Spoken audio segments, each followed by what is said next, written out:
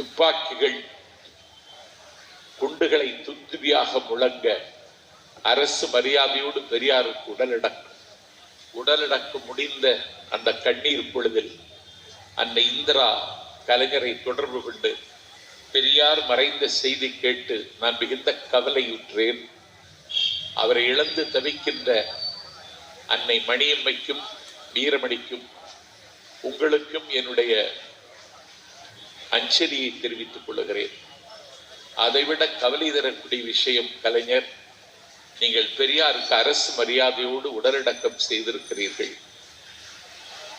இதன் மூலம் சட்டப்படி விசுவாச பிரமாணம் எடுத்துக்கொண்ட நீங்கள் முதலமைச்சர் பதவியை இழக்க வேண்டிய, ஆட்சி இழக்க வேண்டிய ஆபத்து வரும் என்று என்னிடத்திலே சட்ட வல்லுநர்கள் சொல்லுகிறார்கள்.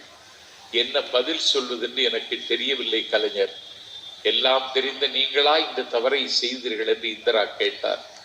கலைஞர் சொன்னார், அரசு மரியாதையோடு உடலடக்கம் நடைபெற்றதால் நான் ஆட்சி இழக்க வேண்டும் என்று சொல்லுகிறவர்கள் சொல்லுகிற காரணம் என்ன?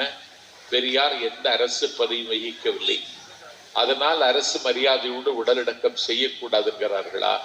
அப்படி என்றால் காந்திக்கு அரசு மரியாதையோடு உடலடக்கம் செய்தீர்களே, அது எந்த சட்டத்தின் வழி செய்தீர்கள் என்று கலைஞர் திருப்பி கேட்டார்.